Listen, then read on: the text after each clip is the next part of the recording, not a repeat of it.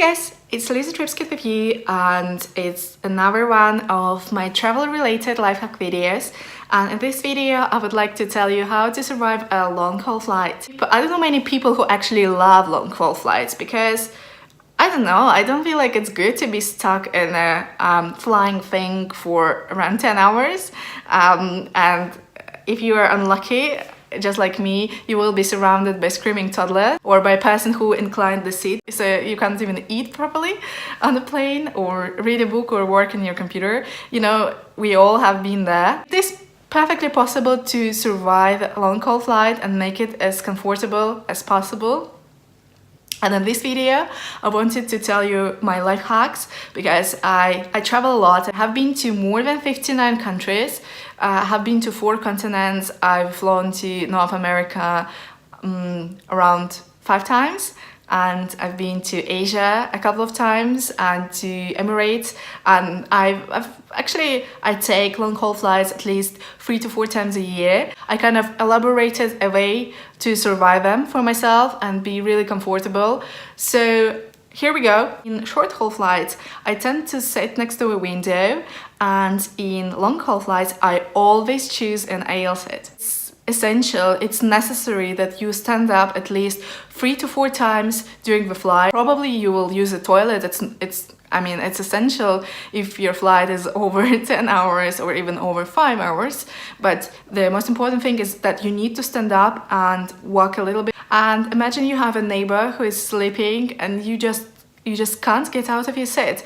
And waking up this neighbor is kind of annoying, especially if you're going for your 3rd stroll in the plane. So, you know, it's, at least for me, I prefer to sit in the aisle and in the central row. You know, this kind of planes which have 3-4-3 layout. Choose the central row and the aisle seat, because there's only one person who is sitting next to you who can potentially stand up many times during the flight. And there is a chance that person next to you will also sleep. But if you have 2 people next to you, there is higher probability that any of them or both of them will, use toilet or walk around the plane to exercise a little bit. So yeah, advice number 1, choose the aisle seat in the middle.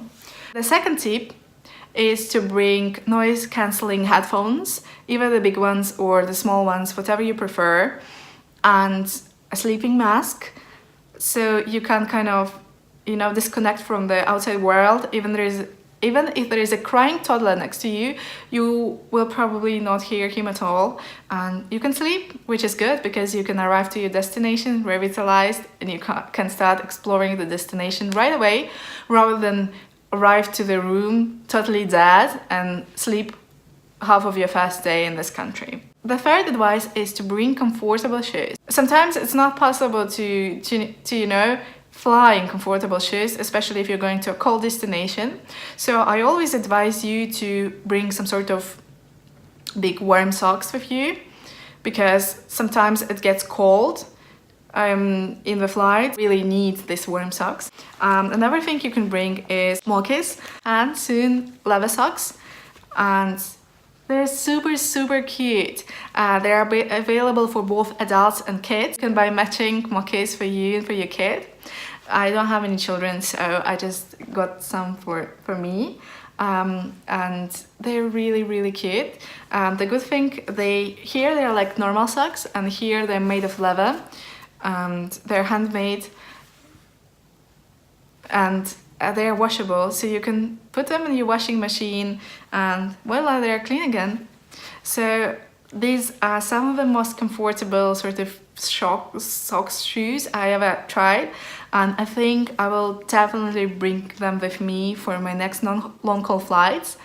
Some of the airlines actually give you socks in a kind of travel welcome set you get on your seat, but the socks are usually very thin, and my feet get cold, and I can't use boots or trainers for 11 hours because my feet get a bit tired. So these things are perfect.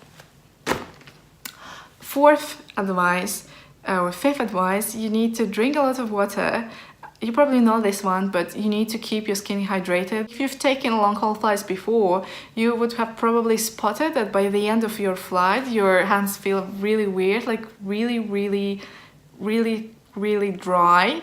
So some cool airlines, they have some moisturizing sort of creams in the bathroom. Some don't have any, so it makes sense to have one with you, like a really tiny miniature hand cream of any brand, whatever you want. You can buy one usually before departure in some of the stores like Boots, and it will really help your skin kind of be soft and hydrated. Same goes for your face, so I would recommend you to kind of to remove all the makeup before a flight, unless you I don't know, have an important interview upon arrival. Use a cream, like a proper facial cream, again in a miniature from time to time.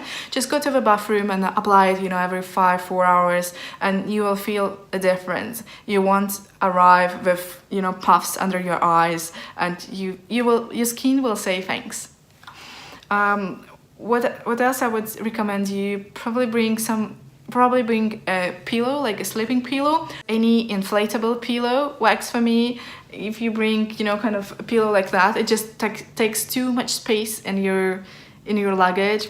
I mean, if you're fine with it, it's okay, but I'm not fine with it, so I use an inflatable one because it occupies the least space. My last advice is probably on eating. Don't eat too much, or if you eat a lot of, you know, greasy food, you really need to stand up and walk a little bit, because it's not good to eat when sitting and not stand up for, you know, 10 hours, because at least in my case, my stomach is really complaining about that, and then I have just some problems when I arrive to a new destination. So it's always to go for a small walk around the plane when you eat something, you know, decent, something really big. So that was it regarding long haul flights. I don't know, regarding entertainment, everybody has his or her own preferences. I used to bring an iPad with me and watch movies, but then I realized that the movies which are in flight are usually better than the ones I have in my iPad. I sometimes bring a book, but then again, if a flight is especially long, I just prefer to kind of sleep at least half of the flight. I hope this video was useful for you. I really appreciate all the thumbs up. Thanks for watching it. Bye bye.